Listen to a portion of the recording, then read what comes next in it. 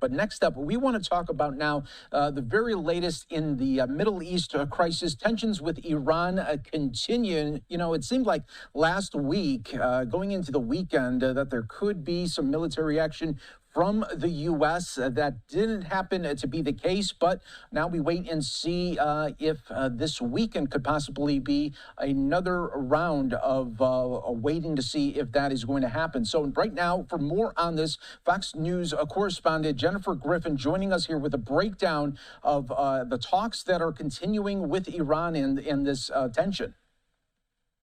Well, Mike, those talks are over tonight in Geneva. We've heard from the Oman's foreign minister. He painted the talks as positive. We don't have any word yet from the U.S. delegation what their characterization of the talks with the Iranians would be. They met twice today for about 3 hours.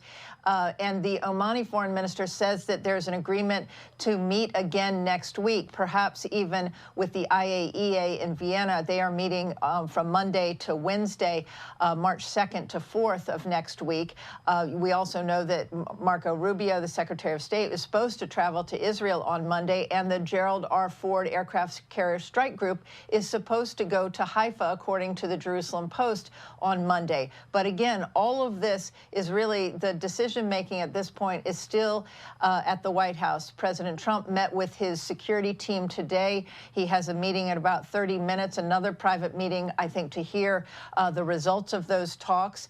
The military option is still very much on the table. We've seen the Gerald R. Ford Aircraft Carrier Strike Group leave Suda Bay in Crete today, heading eastward toward Israel. We also have seen more F-22 squadrons moving into the region, the buildup of air refueling tankers, the bridge, the number of F-35s that have been moved into the region.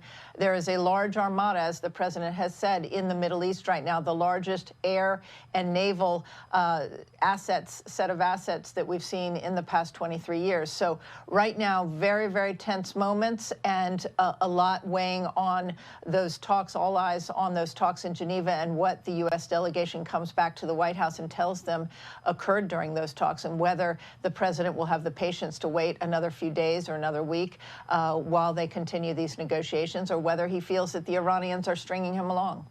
Yeah, we'll wait and see if that patience continues to wear a little bit thin for President Trump. What have you been hearing as what this strike could look like if so the president decides to do that? I mean, would we see a more elaborate strike than we did last summer when the situation happened there in Iran?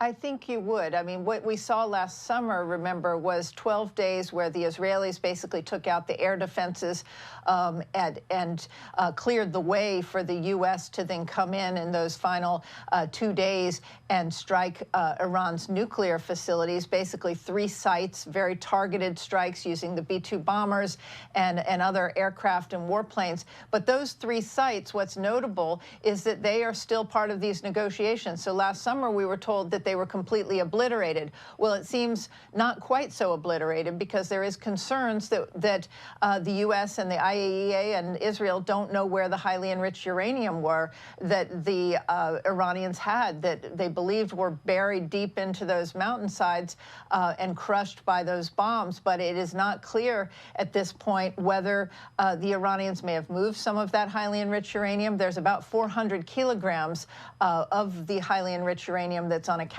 for. So I think you would likely see a return to striking those 3 sites. The problem with Isfahan, for instance, is that the tunnels there go deep into a mountain, and even the strongest GBU-47, the bunker buster bombs that are dropped by the B-2s, they cannot reach into those tunnels. And it is clear that the Iranians have returned to those sites in the last 6 months, 9 months, and they have been boring into those tunnels, and there are other nuclear sites that could be targeted.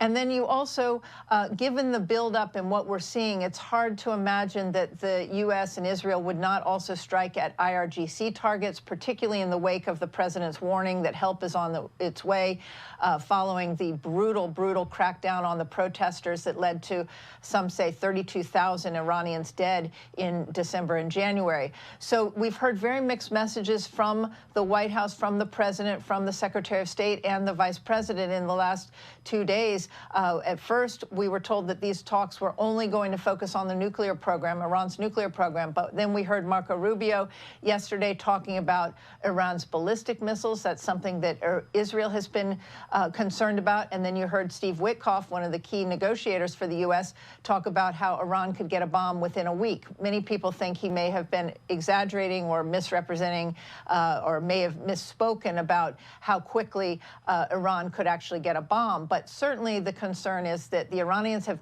not given up their nuclear ambitions. They don't know where the highly enriched uranium is, and they need access to those sites in order to be sure that the Iranians do not get a nuclear weapon. Any way you look at it, very tense stuff that is going on right now as these talks do continue. Jennifer, thanks so much for giving us the updates. We always appreciate it here on Live Now. Thank you, Mike.